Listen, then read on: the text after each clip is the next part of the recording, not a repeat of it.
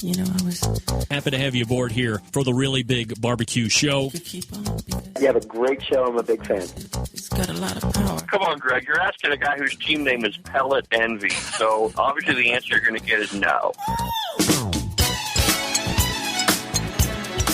We cook because we have to, and we grill because we want to. Fine. How you going? Charbono. It's all about the Charbono, dude. I just like being anywhere with Junior, Senior, and Diva. Sounds like a whole other type of movie. Wow. Yeah, really. You could use it to fight off creeping marauders looking to take your steaks off your grills.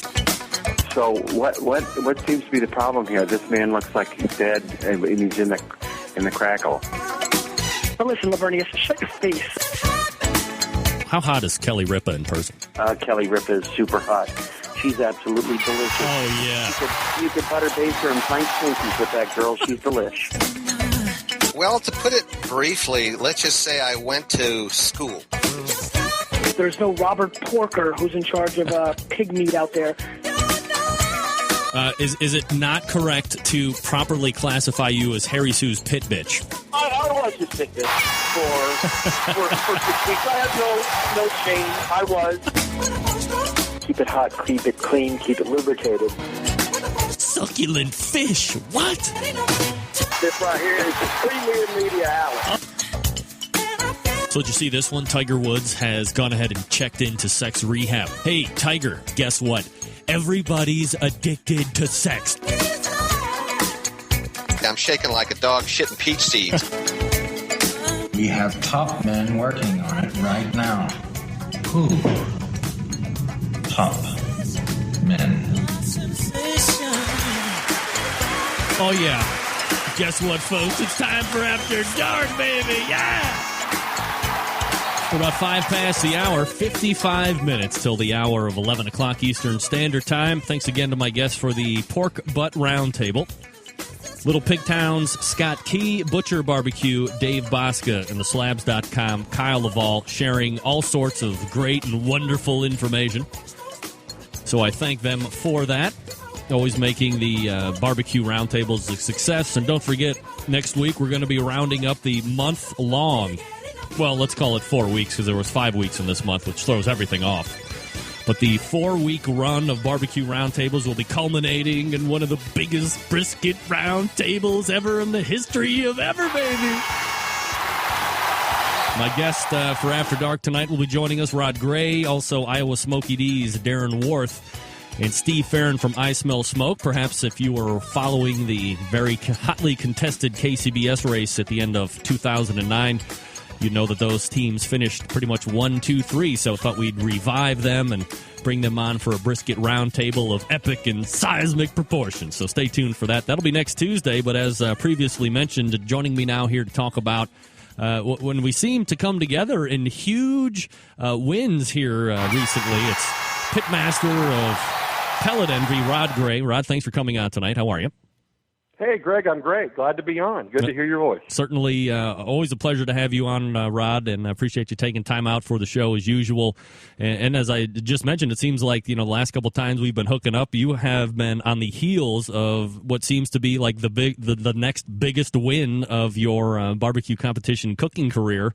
And before we get started tonight, I just wanted to point out that Rod is graciously sponsored by Greased Lightning, which can be found at greased-lightning.com, and Easy Grill, which is the letter E and the letter Z, grill.com. And Rod did not tell me to do that. I'm doing that all on my own. I'm a very good NASCAR guy. Rod, the easy question for me to ask here is, why the hell does Easy Grill have a picture of Michael Waltrip on their site when you're obviously the bigger star here? I'm sure it goes without saying that, you probably have more wins and top 10 finishes than Waltrip. Is there something we can do to rectify that situation?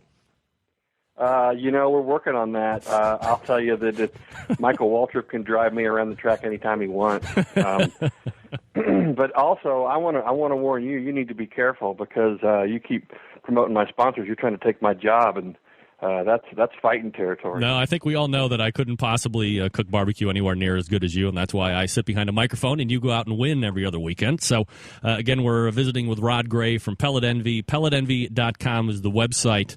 So let's go ahead and move on. You know, another big weekend comes and goes for Team Pellet Envy. Smoke on the Water took place this past weekend in North Little Rock, Arkansas, and you walk away with a grand championship. This from a field of 227 teams. So the first question I have to ask is, going into a contest of this size, this magnitude, roughly, I guess half the size of the American Royal Open, is your mindset, I mean, obviously you want to win, but is it more of a, this is really going to be a crapshoot, or is it pretty much, hey, we're going in, we're going to win hell or high water? No, you know as well as I do, there's a history with us doing pretty well in the state of Arkansas. So I don't know if there's an additional confidence level when we cross the state line from Missouri to Arkansas, or exactly how that works. But we just went down there to cook. Every contest I cook, Greg, my goal is to turn in the best food I can turn in. Once it leaves my hands, there's not a thing I can do with it. So while it's in my control, and I kind of developed a new level of focus, honestly, from last fall, from what we had to accomplish last fall, and I was just trying to carry that through, and we had some luck on our side, and it worked out. When you go into the competitions where you have this many teams, is there any type of added pressure or any worry on your part as to elements or people you're going to be pitted up against? I'm going to answer that in a little broader regard than you probably want. Sure. I do have events where I feel additional pressure, and it's not just those ones at the end of last year when we managed to be the team of the year, but there are just certain events where you go and you want to do well. And I can't tell you what happened this last weekend, but I went into that event with no additional pressure. We did have our new major sponsor, Easy Grill, there in person. They were sponsoring the Kids Queue. And the president and owner of the company was going to be there, and some of my focus was turned towards making sure he got the attention that he deserved and that we did the things we needed to do for that company, because we're still learning about each other. And honestly, maybe that helped me relax a little more and do the things I needed to do. All right, and I'm going to ask you about the competition here specifically in just a minute, but just to kind of stay on this point for a second. You look back at the end of last year, and we had talked about, I'd actually interviewed you after some of the biggest wins, especially that coming out of the Florida, and then winning out there in Arizona to wrap up Team of the Year. Do you think that portion of time rolling into this year has actually honed that focus where you're going to actually be able to carry that kind of killer attitude for the rest of 2010? I wish I could say yes to that, because that would make what I do a whole lot easier. But there's no way. You cook the best you can cook, Greg, and you turn it over to someone else, and then you hope for the best. I mean, that's why I've always said this is not a sport. The fact is, no matter how well I do in my cook site that weekend, someone else still makes that determination, not me. And so I'd love to answer yes, that I've achieve this new plateau of focus and concentration. But the truth is, it's the same as it's always been. This is Rod Gray saying that competition barbecue is not a sport. I just want to get you on record for saying that. Yeah, absolutely. Nothing you can do while drinking a beer should be considered a sport. Right. I've heard you say that before. All right, so let's go ahead and look at the competition in a broad scope first. How was the weather? How did the cook go for you? And did you have anything that you had to contend with that was perhaps unforeseen? We were expecting to contend with some weather on Saturday. However, we had absolutely fabulous weather in North Little Rock this past weekend. Highs in the low 70s on Saturday, highs in the upper 60s, or on Fridays, highs in the upper 60s on Saturday. It was sunny. It was great. The grounds were ready for us. The spots were ready for us. We were ready to go. We didn't get there until Friday about noon. I know some people pulled in a little earlier. So by the time we arrived on site, I bet 80% or more of the teams were there. In fact, it was said to me that 137 of those 227 teams checked in on Thursday. Wow. So talk about a bunch of people anxious for the season to start. When you have that many teams checking in on Thursday, they're ready to throw down. Yeah, no doubt about it. So we look at it and kind of break it down by category, and we'll start with chicken first, no pun intended, but you did win that category at Smoke on the Water. You came in first in chicken. Did it feel like a first-place chicken when you put it in the box and ran it over to the judges' table? You know, Greg, I have to give you some of my, I guess you call it introspective of me, because there's some things about me that people don't know. I know you and I have traded Twitter responses about people thinking I'm a little arrogant, but the truth is I probably lack a little self-confidence, and when I'm cooking, every time I cook a barbecue contest, if we win, I never think we're going to win again. I never have the feeling going into a barbecue contest that I'm going to win it, whether it's before when we get there or after we've turned in the last category. I just never have that feeling. So regardless of what people say or feel or see, it's always a surprise to me. But let's talk about chicken specifically. The chicken went fine that day. We got it in the box okay. I always check to see if we can get through the skin on our chicken. That day, the piece I tried, I could not get through the skin. However, we had 4 or 5 tasters there that day, which is unusual for us. We travel light. It's usually Sherry and I, or it's just me. And they all tasted the chicken, and while every one of them got through the skin, I had a couple people say the chicken was a little spicy. Not necessarily hot, just maybe a little bit over-seasoned. Not necessarily salty, just over-seasoned.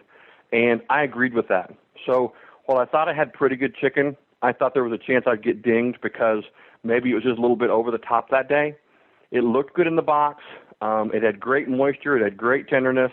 My concern was whether the judges could get to the skin and whether they would think that I was over-seasoned or not. How many pieces of chicken are you usually cooking at a competition? I cook 16 to 17. 16 if they're bigger, 17 if I can get one more in a spot on the rack. So if they're a little smaller, I cook one more. It's a superstition of mine. And you're turning in 6 pieces?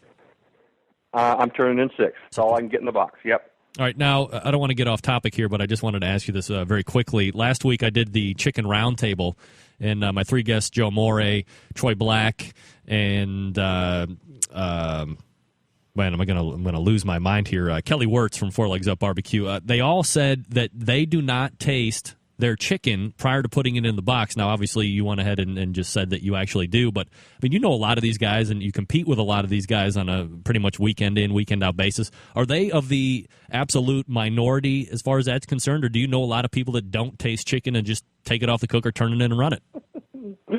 I am completely flabbergasted that somebody would tell you that, honestly. How do you not taste your product before it goes in the box?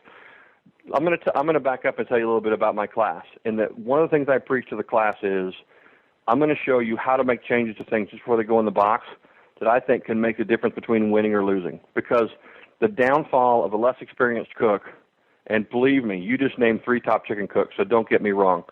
Basically, all this shows is there's more than one right way to get there.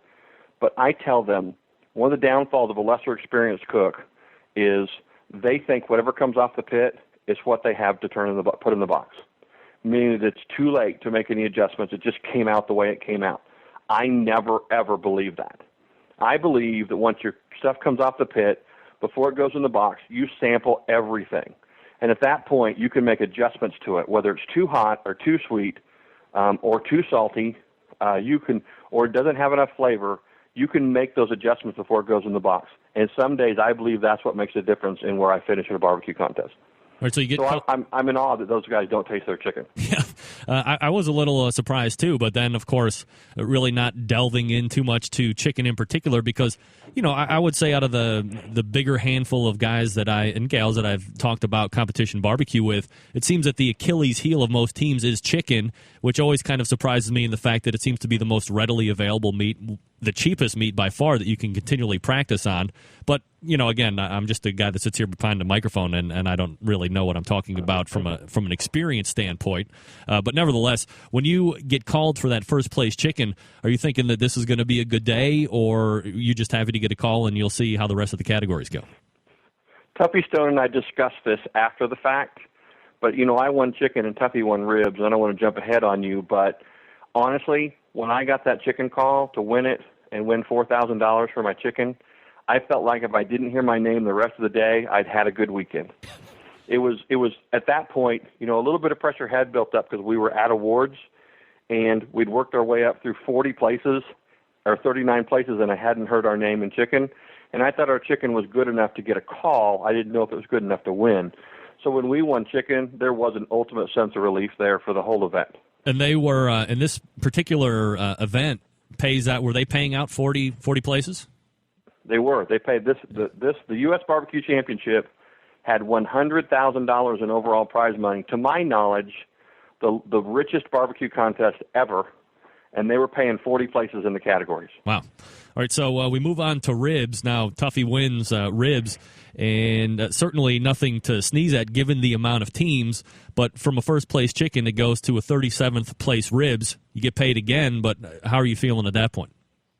Well, I sort of felt like I got what I deserved in the rib category, although, in a normal contest, 37th place is in the bottom third or even worse. Right. But so to get the rib call, any rib call, I felt pretty positive about. We didn't have a great rib day. While my tasters thought they tasted great, Sherry is my ultimate taster, and Sherry's the one who evaluates the ribs. We taste every slab of ribs we cook. We don't stop at the one we like the best if we're only at the second slab of ribs. We taste every slab that we cook. And that day, we had a little trouble. We had some good flavor, but we were struggling in the tenderness category. So we actually took a rib or two from 4 different slabs of ribs to get our ribs in the box that day. Because we only want to put the best possible product we can put in the box. And to get the most tender ribs and the best flavor ribs, we had to pull from different slabs to get it done. Are you so a 37, 30, I thought it was 38th, but with 37, 38th place call, I'm feeling pretty good about that. Are you a spare rib guy or are you baby backs? You have to come to the class. No, I'm not going to take that class. I'm asking you right now, goddammit. Is this the rib round table? I'm not on the rib round table. That's right. I have embedded reporters that can report back to me. Don't worry about it. All right. So That's what fine. is? You get it from them. No doubt. What is? I'm going to spill my guts off brisket a week from now. The number one brisket team in the country is going to tell every single bit of his recipe, his procedure next week. That's right. I think that's pretty good. I'm going to leave a little bit uncovered here in the grand scheme of things. That's right. Leave a little attraction there as aroma. What are the ribs pay out for you? I think the ribs paid $100. So not too bad. And you said it was a $4,000 for the chicken?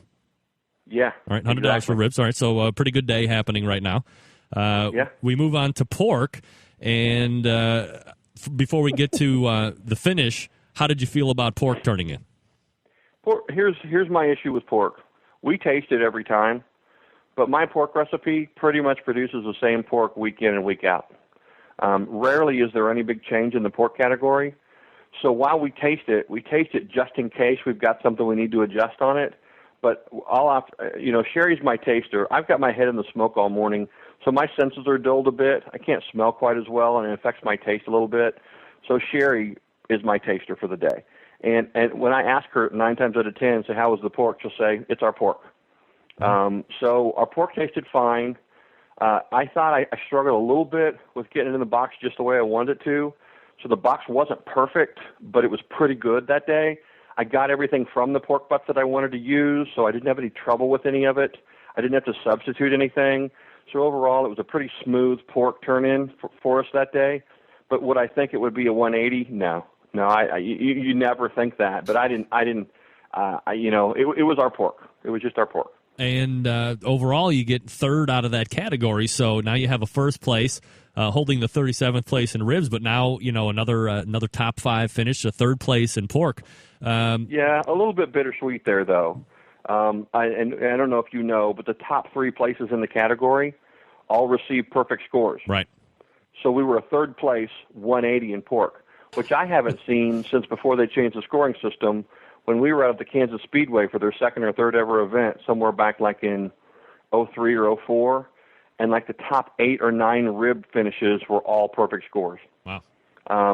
There have been so few perfect scores in KCBS sanctioned events since the change in the scoring system.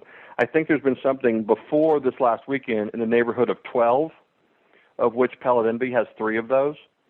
And so when they announced to us before they started to announce the awards that in the pork category there were 3 perfect scores, and they would explain that when it got time.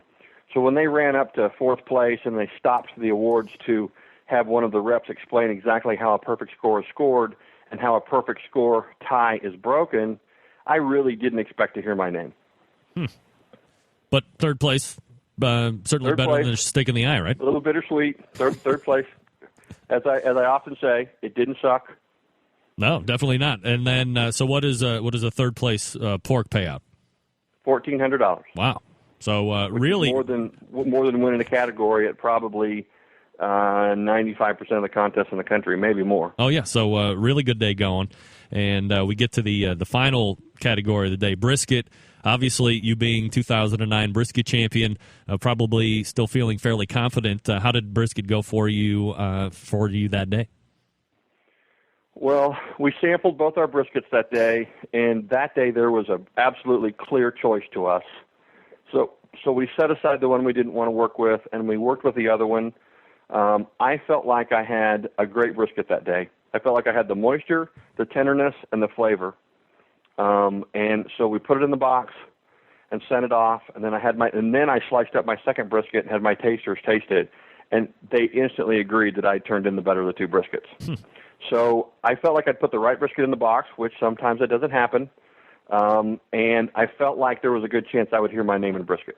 All right, and then certainly another top 20 finish here. You get 14th in brisket. Now, when you get the 14th call, I mean, are you trying to mentally tabulate?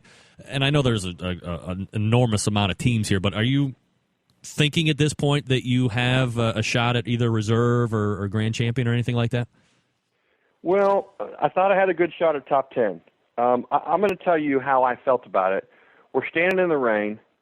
They had changed the PA system because we couldn't hear in the beginning. And I'm going to be very candid with you. I know a lot of people will say, nah, I just wait to see what happens. I'm going to tell you the truth. I do my best to try to keep track of awards of who has how many calls and where they are. However, when you call out 40 places in a category, which is really equal to the number of calls they call out in an entire contest before they call overall, it gets a little confusing. As I remember it, standing in the rain, I felt like there were 8 teams that had 4 calls. I was later told that there were 3. But when there's that many teams with that many calls, you just don't know where you stand. Did I feel like I was in the top 10? At that point, I was pretty sure I was in the top 10. Did I feel like I had it won? No. I really thought Tuffy Stone had it won. I was tracking him. It blew my mind. He gets a chicken call. I win chicken. I get a low rib call. He wins ribs. He gets a decent pork call. His pork wasn't very far below mine. I finished third in pork, and then he beats me in brisket. I think he finished with a 9th in brisket. But at that point, I just knew his call was above me. I knew it wasn't first, second, or third, but I didn't know where after that. So I'm standing there thinking Tuffy's probably got this contest won. All right, so you get 14th in brisket, and then what was the payout for a 14th place brisket? I think it was $250. All right, so overall, so just for categories alone, you're right in the 6-5, just shy of $7,000, I'd say, or $7,500. So a great day just on categories alone, no doubt. It was a fabulous day. It was $6,750, and at that point it was a great day. It was a fabulous day. Now the contest paid top 10 overall, so I knew if I made the top 10, there'd be something else coming. All right, so you go ahead and they go through the top 10. Ultimately, you are placed as grand champion. Does it make the day all worthwhile? Obviously, you say when you go to these contests, you're really not expecting it to win because of whatever the demon is that you have inside of you. But this has to be a absolute elation to get called grand champion out of this many teams. It was. This is probably. This could potentially, besides the first win we ever had, this is probably the most memorable, maybe the biggest ever. And yeah, it's a big deal. Regardless of how people think I act about it, this was a huge deal to us. So you get $6,750 for categories, and grand champion pays $20,000. $20,000, yeah, baby. And so I was hoping you'd hit that button. Oh yeah, you're in $26,750. Gauging through all the competitions that you've won, single biggest payout ever for you is Team Pellet Envy. Absolutely, positively, single biggest payout ever. And then I was wrong. It was $25,750. It wasn't $26,750. All right, $25,750. I mean, huge weekend dollars, right? Huge weekend. Unbelievable weekend. I don't think Sherry's or my feet have yet to touch the ground. It's just been we're in disbelief. But yeah, I did deposit the checks, but we're still in disbelief. And I know I have Rod Gray on as Pellet Envy on the show a number of times, but how much of an integral part does Sherry play on the team for you? She really, Sherry will especially in the classes I hear her give her explanation of her duties, and Sherry greatly downplays it, but Sherry's a huge part of the team. I have better days when Sherry's there to taste. Sherry plays a big part in getting us there. Sherry plays a big part in getting us home. Sherry plays a big part in getting us set up and getting us torn down and cleaned up. The only thing Sherry didn't do is light the fire or put the meat on. Other than that, she's intricately involved in what we do. We are definitely a team. Pellet Envy is definitely a team. All right, so a huge day, big competition, and it's probably correct to stress because I'm going to start to go off into some other general items here that don't necessarily deal with this past weekend in particular. But the amount of money that you or anybody could have won this particular weekend, this is way out of the norm, right? Oh, absolutely. There was a contest in Vegas before I got started doing this that was big money. I think it was $50,000, and I think that was about equal to what this contest was last weekend in terms of its excitement level, its payout level. But this is, to my knowledge, the richest barbecue contest ever. It's certainly huge money, no doubt about it. So now, and you know what?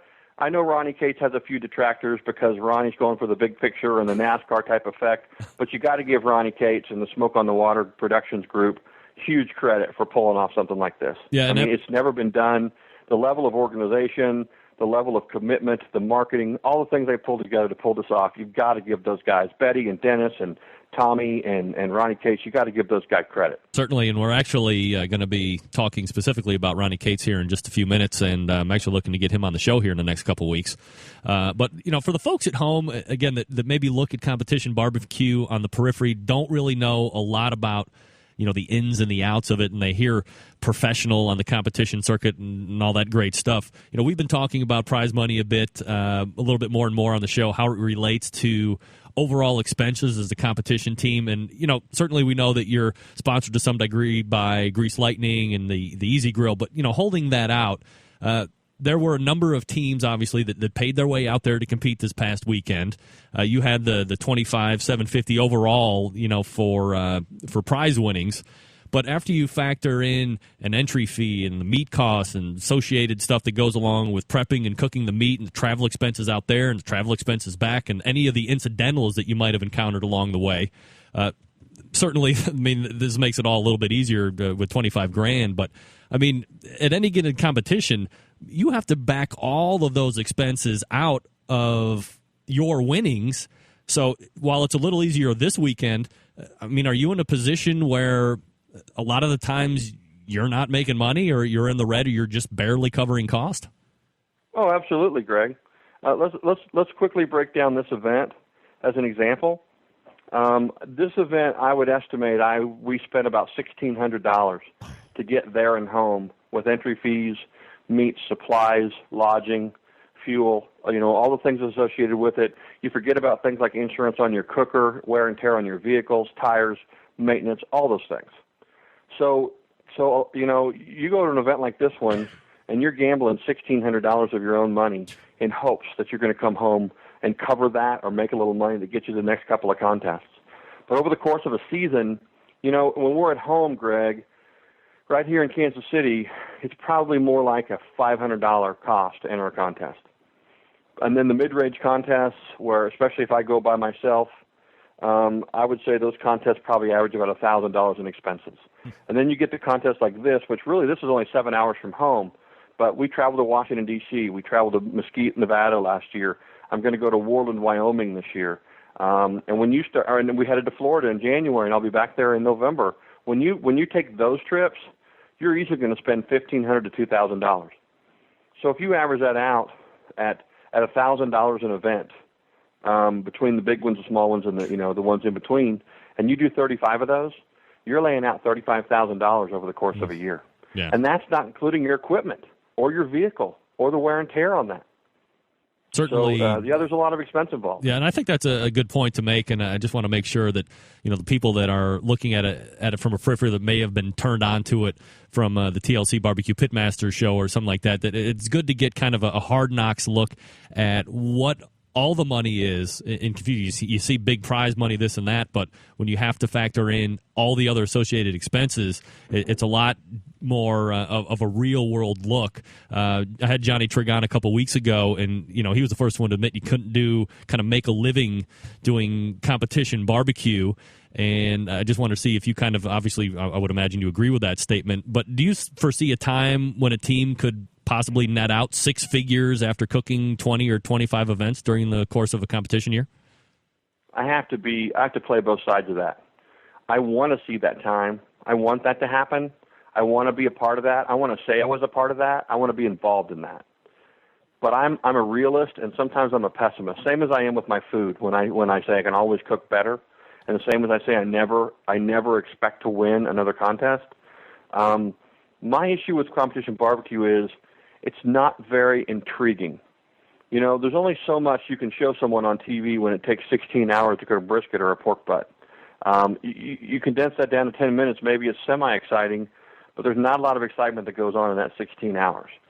So where I'm skeptical, and where I hope people like John Marcus and TLC and Original Media and those guys can capture that in a way that if they can't make it enthralling and exciting like some of their other shows, they can make it educational and in a way for people to learn to cook better food and better barbecue, because we all cook, we all eat.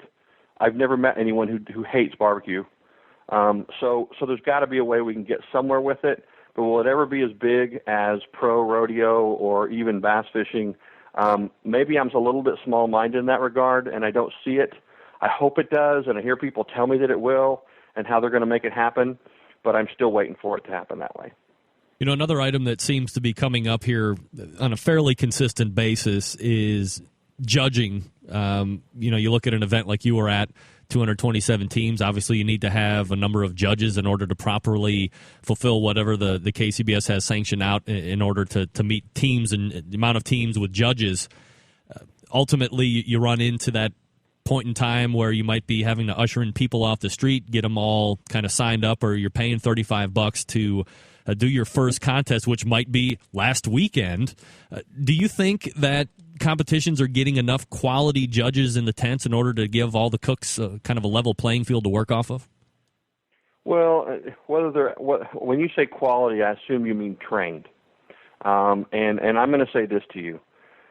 When we turn our food over to the folks handling it to take it on to the judges, it's out of our hands at that point. And no matter who's inside that judging tent or that judging area, we're all being subjected to that group. That's where a little bit of luck comes in. You get lucky enough to catch a table that has 6 people. Not only are they certified or trained, but they need to have the taste buds that agree with what you're doing. So I would tell you that that while I am a fan of certified judges and while I'm a fan of what KCBS has done to train people to know good barbecue, even in those training programs, they don't teach you taste. They can't teach you what tastes good to you, so they don't even talk about that. So someone off the street has the same ability to determine what tastes good to them as someone who's been trained. So while I believe there's some difference there, mostly in knowledge of the system, I think it's possible for people off the street to judge good barbecue. And ultimately, I know that when my food goes in that judging tent next to Cool Smokes or Smoking Triggers or the Slabs or Four Legs Up or Learn to Cue, that we're all being judged by the same group of people, and that's the chance we take. All right, now the guy that actually put on the show this competition this past weekend, Ron Cates, he's talked about starting his own organization, his own rules, and having these obviously big payouts. To someone like yourself who's seen the pinnacle of success in the KCBS, someone who's sat on the board of the KCBS, do you think Ron has any type of viability in this project, or is he always going to be tied to KCBS for sanctioning? Again, this is where the pessimist or the realist comes out in me, unfortunately. I hope Ronnie can do that. If that's what Ronnie wants to do, I know he's got the tools to be as successful as anyone at it. He has the drive. He has the connections, the ability. He has the imagination to get that done. Am I concerned? I am a little concerned. I'll be honest with you. I'm concerned because I hate to see competition barbecue fractioned any more than it is. You know, we have our Memphis and May folks, and we don't see a lot of those guys on the KCBS circuit, and vice versa. Not a lot of us KCBS cooks venture over and cook the MIM circuit or MBN circuit, I'm sorry. We have our folks out of Texas who don't travel a lot outside of Texas to come cook our style of events. We have the Florida folks who swear by the Florida Barbecue Association, and sometimes we'll travel to one of those versus coming to a KCBS event. Mm-hmm. I hate to see another entity come on board and fraction us even more, although on the positive side of that, maybe that creates some competition, and competition usually leads to some improvement in existing systems. I think Ronnie can do it if that's what he wants to do, and if that's what he feels like he needs to do. Would I rather see them all be KCBS sanctioned? Personally, I would, simply because I'm the current national champion for the Kansas City Barbecue Society, and I would love the opportunity to at least attempt to repeat that. I'm not going to say I can get it done, but I sure would like that opportunity. But if Ronnie splits us off his events, and he has events at places like the Speedway in Michigan and Daytona and Talladega, those are events I'm probably going to be at for more than one reason. It's not just for the money. It's because that's great exposure for my sponsors, and now I have to think that way about competition barbecue. Talking with Rod Gray, he's the pitmaster of Pellet Envy. You can find him at pelletenvy.com. Also graciously sponsored by Greased Lightning, which can be found at Greased with an ED at the end, greased-lightning.com. Also Easy Grill, EZ, the letters, easygrill.com. And that kind of rolls, nicely into my next program or my next question, which was going to be, as you were mentioning all the other factions, perhaps there might come a time when kind of a super faction is spawned of, let's say, a group of 25 teams that travel around during a season. Length to be determined, but certainly probably not like a 12-month span like KCBS is right now to compete in its own separate organization with the bigger money payouts. And perhaps something that separates them, paid judges who actually travel with the circuit to ensure kind of a consistent judging similar to an NFL ref or an NBA ref or Major League Baseball umpire. Do you think that paid judges might be kind of an answer to consistently get everything into the tents and tasted properly? I've never really had anybody ask me about paid judging, but here's what I think off the cuff. I don't think, if judges can find compensation, I think that's awesome. Cooks aren't compensated to come cook the events. They're compensated if they do well at the events. Judges at least go away with some good barbecue usually after an event, although they would argue they spend their time and trouble and a lot of miles to get there, and I totally understand that. However, do you think if you got into the point where you were paying judges and you're saying it would help the cream of the judging rise to the top, at some point do they develop a flavor profile that you could swap out certain judges and end up with certain people winning because of the flavor profile they present to the judges? And then aren't we a little too far along? I don't know how much I'm not disagreeing with paying judges, but I disagree with having a certain pool where those judges travel with us all the time, because before long they're going to recognize our entries and know what they taste like, and if they're happy with us, they give us a good score, and if they're unhappy with us that day, they give us a bad score, and I'm not sure I agree with that process. All right, so you've done very well in the events that you've competed in so far this year. Obviously still very early for the competition season, but in between the time that you got to actually rest, which was maybe 5 or 6 hours between December and when you started back again and into January. It feels that way. It feels that way. Did you make any tweaks or any changes to your process during that rest time to get going for 2010? You can't see me, but I'm shaking my head as soon as you start to answer that question. I am not a guy who makes tweaks and makes changes. I cook the same food week in and week out. If it starts to fall off, if I start to do poorly over a series of weeks, there's a good chance that I have forgotten a step or changed a step unknowingly, and I need to go sit somewhere quietly with a beer or two and figure out what I'm doing wrong. But honestly, other than a wholesale chicken change, which I've talked about on your show about 2.5 years ago, and a couple of pork tweaks last fall because I'd gotten away from some of the finer details of what I do, absolutely not. Not a single thing has changed. Rod Gray from Pellet Envy joining us here on the Barbecue Central Radio Network's After Dark portion of the Barbecue Central show. Rod, a lot of people familiar with Greased Lightning, but perhaps not a lot of people familiar with the Easy Grill. So go ahead and give us your pitchman sale on what the Easy Grill is and why we'd want to pick one up. Well, I'll be really quick, but I want to tell you about Greased Lightning a little bit. Greased Lightning is a product that we used long before we were sponsored by Greased Lightning. It's a fabulous all-purpose cleaner that we use around our pits, around our trailer inside and out. We use it in our home, and it's absolutely fabulous at taking the barbecue stains off our clothing. It takes stains off clothing, nothing else will. Great product. Try it. If you see me at a contest, come by. I'll give you a sample. I'll give you some coupons. I'll talk to you about it. It is fabulous stuff. Easy Grill was sort of the opposite for me. Easy Grill approached me about a new product I didn't have a lot of experience with. I will tell you that I love the product. I love the concept of it. And I'll also tell you, Greg, that you won't see me get involved with anybody that I don't believe in their product or their service. I can't look someone in the eye and tell them how great something is if I don't truly feel that way. So Easy Grill is a great fit for me. The beauty of this little grill is it's compact, it's inexpensive, the charcoal that is already in it is made from a renewable source, and the grill itself is disposable, but better yet, it's recyclable. So honestly, what I have on my hands is something I'm going to cook on every Friday night at a contest, because you know how cooks hate to fire up their big cookers to cook dinner? Right. So we would always mooch off someone or go get something. This little grill, which comes in two sizes, one about the size of a half pan and one the size of a full pan, comes, all you do is remove the wrapper from it. It's got the charcoal in it. It's got paper soaked in mineral oil wrapped around the charcoal. The grid's already on it. It comes with its own stand. You simply light the corner of the paper, and in 15 minutes you're ready to cook.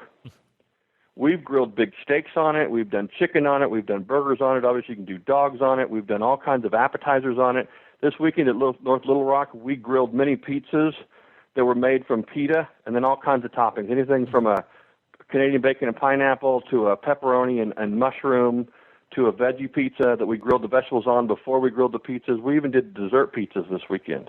But my whole point is this little grill, once you get over its small size, you realize that these little grills can cook anything the big grills can cook with more convenience, less expense, and the disposability makes them wonderful.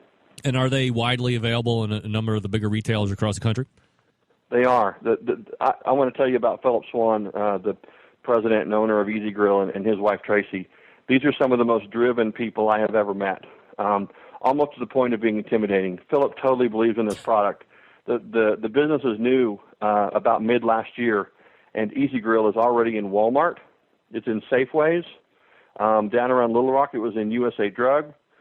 It's available online from them, and soon you're going to see it in other places. They're working deals with some of the really big corporations in the country to have this product available just about everywhere. They designed it with the idea to take it to stadiums, to tailgating, to NASCAR events. You take one under your arm out to the park with your kids. Heck, if your kids are out in the backyard playing and you don't want to fire up the big grill, light one of these. They're so unintimidating, the kids will love to cook on them. They really do. As I was playing with one on Friday at the contest site, some of the top cooks in the country were coming by, and they were looking at it and realizing how they could use it in all kinds of applications because they saw me actually cooking on it and realized that it put out enough heat that it can do anything the big grills can do. Talking with Rod Gray, Sales and Marketing Director for Easy Grill, which can be found at easygrill.com. What's the price point on these things in a general sense? The smaller one is around $5, and the larger one is $10. And you can cook on them. They put out 350 to 400 degrees of heat for a good hour and a half, 2 hours. Yeah, very economical, $5 or $10 for sure. And if you stop by and see me, I'll have a wad of $1 off coupons I'll happily hand over to you so you can pick them up a little even less expensive. Or come by and see me on Friday night and see just how they work. Nice. They're awesome. Greg, I want to say one more thing. I got a couple of folks that don't get mentioned often. It's Candy Weaver of Barbecuer's Delight and Bill Arnold of Blues Hog Barbecue Sauce. Those guys are also big supporters of Pellet Envy. They do it in a little different way, but they help us in terms of the season and us getting to our events and us being able to do what we do, and I appreciate them just as much. It's funny. I still haven't gotten my thank you note from Candy Weaver for thanking me for single-handedly electing her to the board of directors of Kansas City Barbecue Society. You know what? I'll put a good word in for you. Then we'll see if we can't get that done. All right. Now, for the folks that want to track you down and see where you're going to be at next, what's your competition schedule look like for the next couple of weeks? Oh my gosh! Thursday morning we head out to Hammond, Louisiana, where we're going to cook down there. I love that event. I've been there. This will be the 4th year. We've been reserve and grand, and the year prior I actually helped Tuffy Stone. So the Hammond, Louisiana folks seem to love my food, so I'm excited to go back. Eric Ferris and his group put on a great event. They feed us dinner on Friday night, a great Cajun meal. They feed us breakfast on Saturday morning. They raise a lot of money for charity. It's just a fabulous place to be this time of year. And then I come home and cook in Pleasant Hill. Jeff Stiss contest, Big Creek Barbecue. I haven't cooked Jeff's contest before, but I've heard great things about it. And then the following weekend, we go to Shannon, Illinois, where we teach one of our sold-out classes.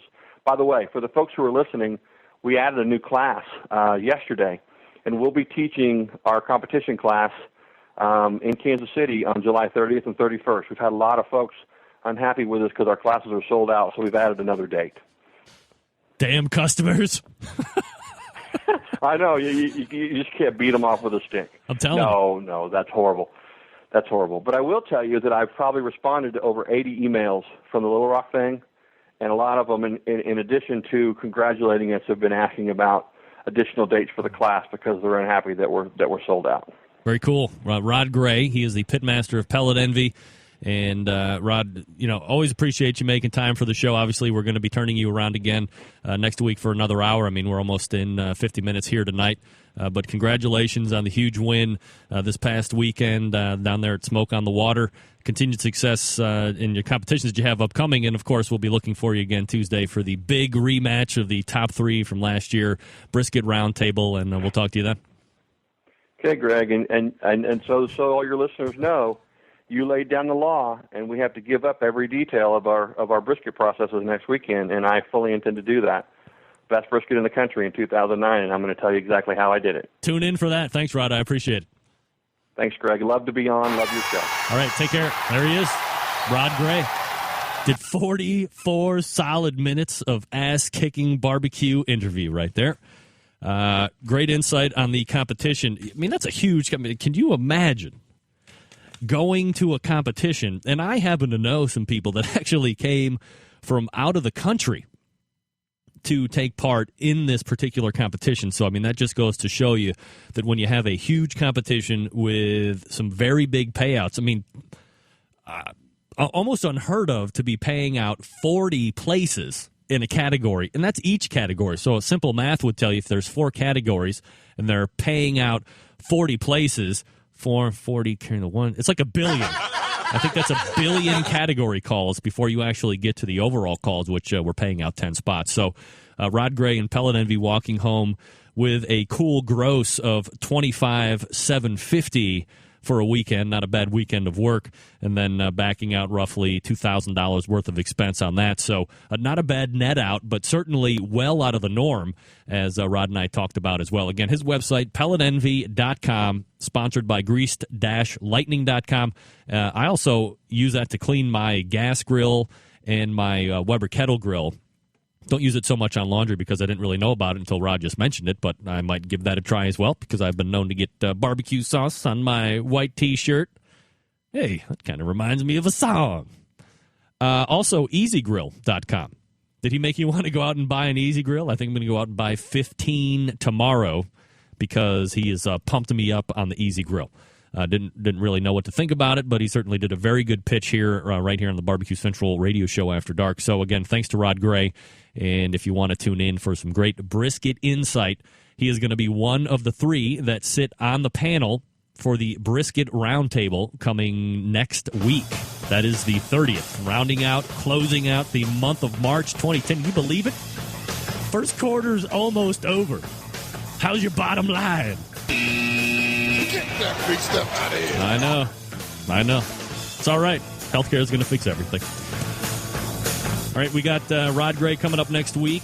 We got Steve Farron coming up next week. We got Darren Worth coming up next week. Brisket round table. Tell all your friends and neighbors. It's going to be a great show. They're going to get after each other a little bit, talk a little 2009 Smack-a-Dacka, and we'll get some great insight as well. Until next Tuesday at 9 p.m. Eastern Standard Time, this is your program host and proud U.S. American, Greg Rempe. Good night now.